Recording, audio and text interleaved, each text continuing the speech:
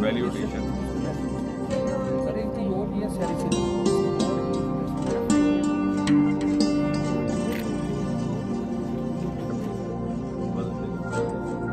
एक लॉट ऐसा आ गया, अगले लॉट में इसी को फिल करो, थोड़ा सा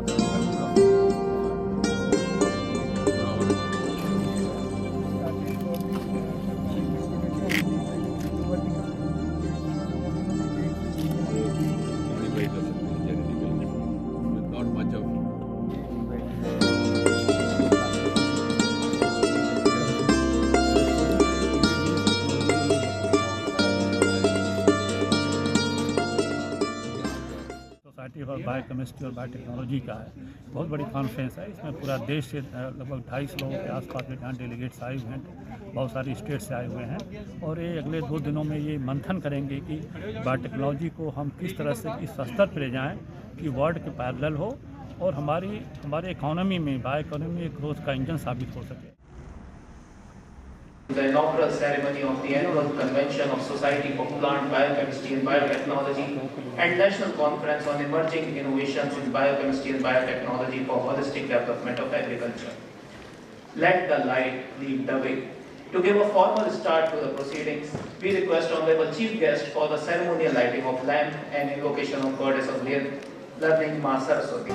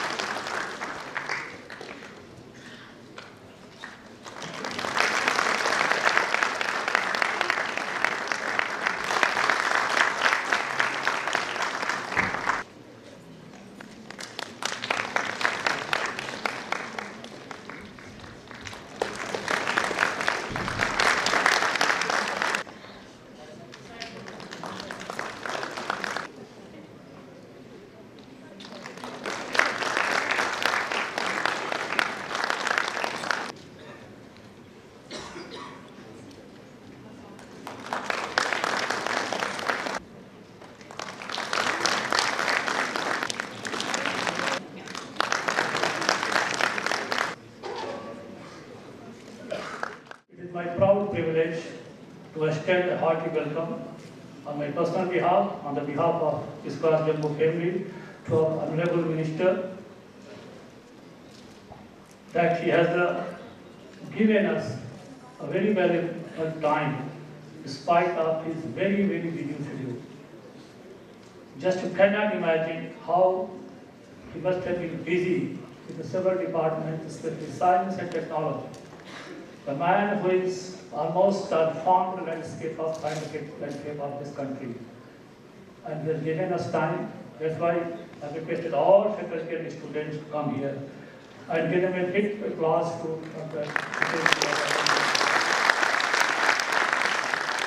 It is always a pleasure for scientific community to listen Honorable Minister, and we really done a great job for this country. I also extend my hearty welcome to Professor K.S. Chandrasekhar, Honorable Vice Chancellor of Western University, Professor P.R. Sharma, President of the Society, Professor S.L. Mehta, well, a legend. He has been distinguished with stalwarts in biochemistry at a very good stature. And he has given us an account of his marvelous journey of almost 50 years, how he has transformed some of the agricultural landscape of this country. So thank you, Dr. Professor Mehta and all my guest of honor for having accepted our invitation to come. Friends, this conference is emerging innovations in Biochemistry and Biotechnology for holistic development of agriculture. Honorable Minister has been instrumental in driving India's science-led development and fostering a culture of innovation and entrepreneurship. As a Union Minister of India, he has really taken some of the key components, key achievements. If you just read about the different science and technology programs across different departments, you will find that how he has been guiding this country.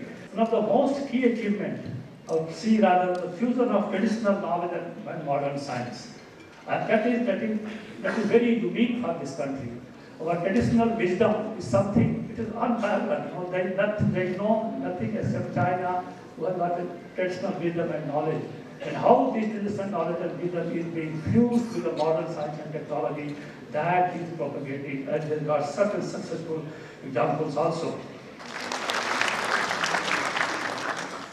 It's really a rare occasion for all of us from the society that for the first time Union Science and Technology Minister is inaugurating our conference.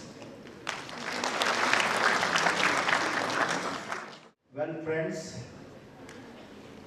the Society for Plant Biochemistry and Biotechnology was established in 1991 with its headquarters at the Division of Biochemistry, IARI, New Delhi. The basic objective of the society is to advance biotechnology, molecular biology, molecular genetics, and biotechnology research in India. The other objective is to provide a forum to the scientists coming from different disciplines related to biotechnology for exchanging knowledge, to foster high standards in teaching and research in the areas of plant biotechnology and molecular biology. Ladies and gentlemen, it's a pleasure to announce that prestigious Dr. N. V. Das Memorial Lecture Award of Society of Plant Biochemistry and Biotechnology of this year is bestowed upon the renowned plant biochemist and molecular biologist Dr. S. L. Mehta ji. The award consists of a memento, a citation, and an honorarium of Rs 25,000.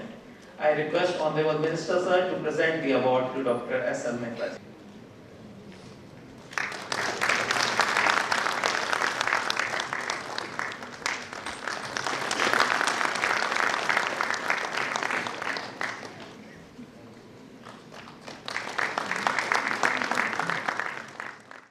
Express my gratitude to the society for the honor which has been bestowed on me. This has been an honor for all students and faculty members who work with me. It's not my individual honor because you can't do individually today, it's a team effort. We are especially grateful to Union Minister for giving time, sparing time to us and also guiding us. Today the major problem is that we need to bring profitability to the farmer, otherwise they are losing interest. And the advances that are taking place in science and technology today allow us to make farmers also love us. This we have demonstrated in 18,000 tribal families. It is possible by the technologies which are available, but the newer developments in methodology is permitting us newer ways of meeting new challenges. In 1947, when we started off, it was 15% GDP in terms of agriculture. Now we have come to around 18%, less than that. Now this indicates that there is more to do in agriculture.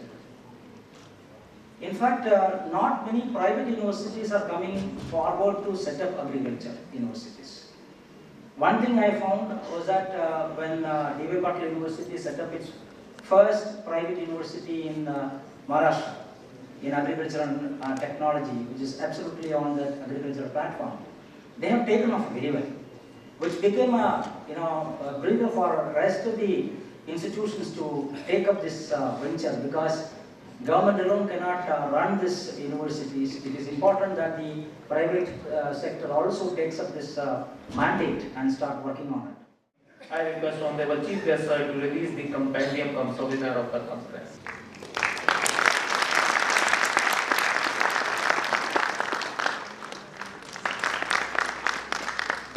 Thank you, sir. The book is titled Seeds of Curiosity and is inspired by Kisan Mela of Ispan.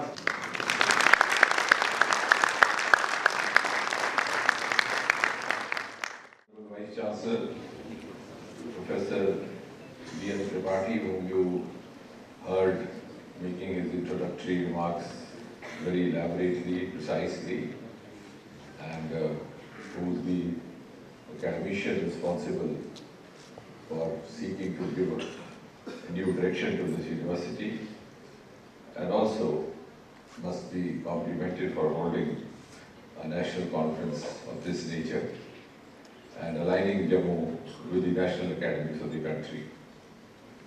You could clap for the Vice Chancellor. I don't know how many of us have realized that this conference is happening at a time when the country is actually observing the National Science Day week. And only 5 days back, the Prime Minister in his Mann Ki Baat broadcast called upon every citizen of this country to observe the day. And I think this is for the first time in the history of independent India that any Prime Minister has chosen to speak about anything concerning science on a science day, though it has been observed for so many years consecutively. The Prime Minister spoke about it, had such a tremendous echo that all the embassies across the world also observed the day. And I was actually requested to address some of the embassy functions outside India on the virtual mode. So which itself is an indication how much of an eco effect this is bringing about, because we had that kind of fervor inside, but possibly that enabling milieu is now available from the political leadership of the day. And when I said that this government gives a very high preference and there is an enabling milieu from the political leadership which possibly did not exist earlier, as students of science we are taught not to speak without evidence. I think one of the greatest evidence which might not occur to anybody is, but since I also belong to the electoral politics is, so that is, I think, the beauty and the privilege of living in these times. The focus has been entirely on youth empowerment, youth capacity building, and also preparing the youth for a global role. You have so much in plenty and you can earn money much more times and also live with your own aptitude. And therefore it's an opportunity, and I'm sure the next growth story of India is going to be determined by these regions which are not fully explored, the Himalayan regions, the coastal regions, because our coast is not fully explored. About 12 states are located along the coast. Similarly, these Himalayan states, including Jammu, Kashmir, Himachal, etc., all this lavender flora has come from there. Because value addition has to come when we go to that economy number one. So J&K has a very crucial, critical role to play, and a university like SCOST can be the spearheading leader in that J&K's contribution. And therefore, I think this is an opportunity for both the innovators, the scholars here. The scholars, of course, are going to sit here in this auditorium even in 2047, though many others may not. So they have that advantage. And SCOST has an opportunity to ensure for itself a name in the annals of 2047 India. Thank you. My sincere thanks to our chief guest, Dr. Jitendra Singh Ji, Honorable Union Minister, Science and Technology and PM Office for accepting our invitation.